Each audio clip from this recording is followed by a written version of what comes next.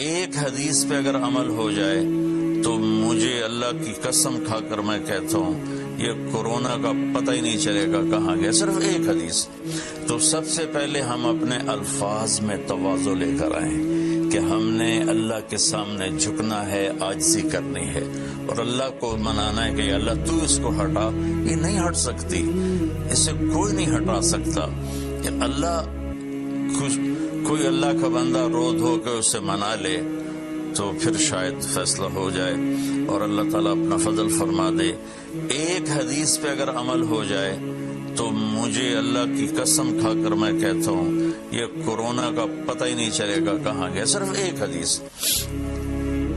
میرے نبی نے فرمایا 4 باتیں مجھ سے لے لو پھر دنیا بھی تمہاری ہے آخرت بھی تمہاری ہے. 4 اذا كانت فيك. 4 باتیں لے لو مجھ سے پھر دنیا بھی تمہاری ہے آخرت بھی تمہاری ہے. تمہیں کوئی ٹیڑھی آنکھ سے نہ دیکھ سکے گا, تمہیں کوئی نقصان نہ پہنچا سکے گا کہ تمہارے رب کا سایہ تم پہ چھا جائے گا. تو 4 باتیں کون سی ہیں؟ صدق و حدیث, ہمیشہ سچ بولنا, جھوٹ نہ بولنا. اب مجھے بتائیں, سارے یہ اینکرز بیٹھے ہیں, سارے ہمارے وزیر اعظم بیٹھے ہوئے ہیں, ہم کتنا جھوٹ بول رہے ہیں, ہم کس قدر جھوٹی قوم ہے. ہم اس جھوٹ کے ساتھ اللہ کی بارگاہ میں کوئی مقام نہیں لے سکتے. تو میرے نبی نے پہلی بات فرمائی صدق و حدیث, سچ بولنا. دوسری بات فرمایا حفظ و امانت, کبھی کسی کو دھوکہ نہ دینا. یہ میرے نبی نے فرمایا میرا امتی ہر گناہ کر سکتا ہے, 2 کبھی نہیں کرے گا. ایک جھوٹ کبھی نہیں بولے گا, ایک دھوکہ کبھی نہیں دے گا. تو وزیر اعظم صاحب آپ اکیلے ہیں, دیانتدار ہیں, اللہ سے رونے دھونے والے ہیں, مانگنے والے ہیں, لیکن 22 کروڑ لوگوں میں سچے کتنے ہیں؟ 22 کروڑ لوگوں میں دیانتدار کتنے ہیں؟ ایک بہت بڑے چینل, میں ہاتھ جوڑ کے اینکر بیٹھے ہیں, معافی مانگ کے بات کر رہا ہوں, ایک بہت بڑے چینل کے مالک نے مجھ سے کہا کوئی نصیحت کرے. میں نے کہا چینل سے جھوٹ ختم کر دو. کہا پھر چینل ختم ہو سکتا ہے, جھوٹ نہیں ختم ہو سکتا. تو جہاں جس کو, یہ صرف پاکستان کی بات نہیں, پوری دنیا کا میڈیا جھوٹا ہے اور سب سے زیادہ جھوٹ بولا جاتا ہے. اور میرے رب کو, میرے نبی کو جھوٹ سے نفرت. میرے نبی نے فرمایا پیاز کھا کے مسجد میں مت آؤ کہ فرشتوں کو تکلیف ہوتی ہے, بو ہوتی ہے. لیکن میرے نبی نے فرمایا جب کوئی مرد عورت جھوٹ بولتا ہے تو فرشتے اس کے منہ کی بدبو سے 3 میل دور بھاگ جاتے ہیں. تو جھوٹ اور خیانت کے ساتھ ہم کسی آفت کا مقابلہ نہیں کر سکتے. آپ نے فرمایا صدق و حدیث, حفظ و امانت, سچ بولنا چاہے جان چلی جائے, اور دھوکہ نہ دینا. مسلمان کسی کو دھوکہ نہیں دیتا ہے. تیسرا فرمایا حسن و خلیقت, اپنے اخلاق اچھے کرنا, اور اخلاق کا سب سے اونچا مقام حیا ہے. اب میں کیسے بات کروں؟ میرے دیش میں حیا کو کس نے تار کی؟ میرے دیش کی بیٹیوں کو کون نچا رہا ہے؟ ان کے کپڑے لباس مختصر کون کروا رہا ہے؟ کس کے گردن میں یہ گناہ ڈالوں؟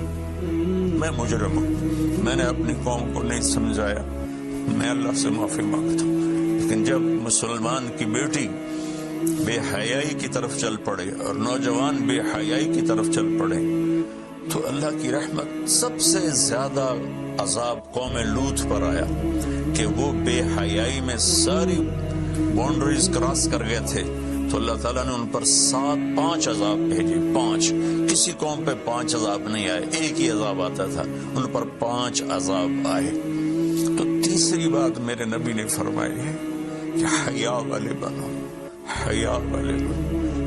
میری نسل ہے, مجھ سے خان صاحب نے بات کی تھی پہلی دفعہ کہ میں چاہتا ہوں کہ میری یوتھ اللہ کے نبی کے ساتھ جڑے, چونکہ جو ہمارے کالج ہیں, ہماری یونیورسٹیز ہیں, ہمارے خاص طور پر جو یہ پرائیویٹ سکولز ہیں, یہ امت کو, نوجوانوں کو اللہ رسول سے کاٹ رہے ہیں.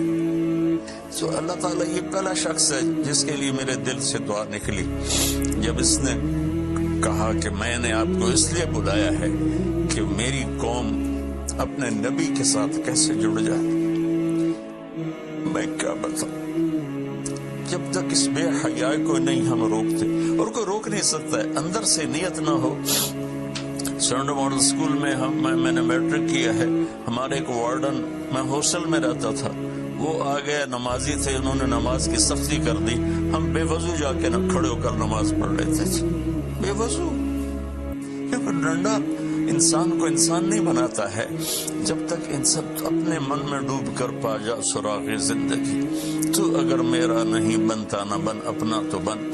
یہ تو اپنے اندر دل دریا سمندروں ڈوبے کون دلان دیا جانے ہو، وچے بیڑے وچے جھیڑے وچے ونج مہانے ہو۔ میری قوم جھوٹ چھوڑ دے، میری قوم بددیانتی چھوڑ دے، میری قوم بے حیائی چھوڑ دے۔ وعفت فی تہمت، آخری بات میرے نبی نے کہا، اور رزق ہی امسا مغفور اللہ، جو صبح سے شام تک رزق کے حالات میں تھک جاتا ہے اس کے اس دن کے سارے گناہ معاف ہو جاتے ہیں۔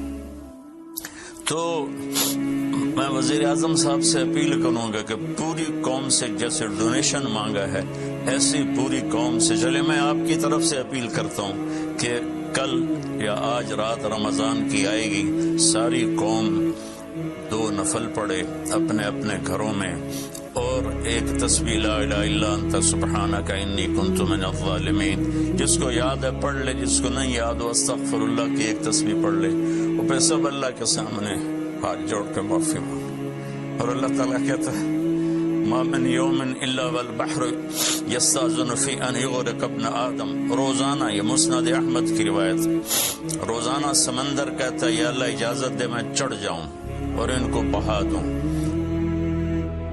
والارض تستاذن فی ان تبتلعہ، زمین کہتی ہے اللہ مجھے اجازت دے میں ان بے حیاؤں کو نگل جاؤں، ان جھوٹوں کو، ان بدماشوں کو، اس مافیا کو میں نگل جاؤں۔ تو والملائکۃ تستاذن فی ان تعجلہ وتہلکہ، فرشتے اللہ سے کہتے ہیں یا اللہ تو ہمیں اجازت دے ہم ان کا صفایا کریں۔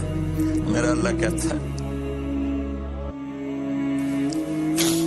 دعو عبدی فانا اعلم بعبدی منکم، جاؤ جاؤ اپنا کام کرو، یہ میرا بندہ ہے اور میں جانوں میرا بندہ جانے۔ ان کان عبدکم فشانکم بہی، تمہارا بندہ ہے تو مار دو، ان کان عبدی فمنی ولی منی ولی عبد، اگر میرا ہے تو میں انتظار کروں گا، میں انتظار کروں گا۔ پچھلی قوموں میں ایک طوائف نے کتے کو پانی پلایا تو اللہ نے اس کی بخشش کر دی، معاف کرو، ہم تو مائل بکرم ہیں، کوئی سائل ہی نہیں، کوئی مانگنے والا تو ہو۔ ان 4 چیزوں نے ہماری ہر چیز بکھیر دی، توڑ دی۔ کسی بھی قوم کے لیے جھوٹ، بددیانتی، بے حیائی اور رزق حرام یہ ان کو تباہ و برباد کر دیتا ہے، اور کوئی قوم سچائی، دیانتداری، پاک دامنی اور رزق حلال پر ہوگی تو اللہ کا سایہ ان پر چھا جائے گا، اور دنیا کی کوئی طاقت ان کی طرف آنکھ اٹھا کر نہیں دیکھ سکتی۔ ہم تو اجڑے چمن کے مالی ہیں، عمران خان کو اجڑا چمن ملا ہے، کہاں تک آباد کر سکے گا، اللہ اس کی مدد کرے۔ چمن کے تخت پر جس دم شہ گل کا تجمل تھا، ہزاروں بلبلیں تھی باغ میں، ایک شور تھا، غل تھا، کھلی جب آنکھ نرگس سی، نہ تھا جز خار کچھ باقی، بتاتا باغ مارو رو، یہاں غنچہ یہاں گل تھا، یہاں غنچہ یہاں گل تھا۔ ابھی عمران صاحب نے یرموک کی اور قادسیہ کی بات کی، کتنے تھے؟ 30,000 تھے خالد ابن ولید کے کمانڈ میں، اور سامنے باہان جو تھا وہ 3 لاکھ کا لشکر لے کر آیا ہوا تھا، اور قادسیہ کے میدان میں بھی 30,000 صحابہ تھے، اور ادھر سے جو رستم تھا وہ 3 لاکھ کا لشکر لے کر آیا ہوا تھا، ان کے ساتھ اللہ تھا۔ ہم اللہ کو ساتھ لیں، سارے اسباب اختیار کریں۔ مالداروں سے کہتا ہوں، میں نے اپنا کلپ الگ ریکارڈ کرا ہے کہ اس سال ساری زکوٰۃ ان غریبوں میں تقسیم کریں۔ آپ تک تو ہر آدمی نہیں پہنچ سکے گا، اپنے اپنے علاقے میں جو مالدار لوگ ہیں وہ اپنی زکوٰۃ غریبوں میں ان میں تقسیم کریں، ان کے گھر جا کر دیں، ان سے کسی ایک کی دعا لگ گئی نا تو 7 نسلیں ہماری آباد ہو جائیں گی۔ تو بس میں معافی چاہتا ہوں، آپ نے مجھے کافی دیر بٹھایا تو میں نے بھی تھوڑا سا آپ کا ٹائم لے لیا۔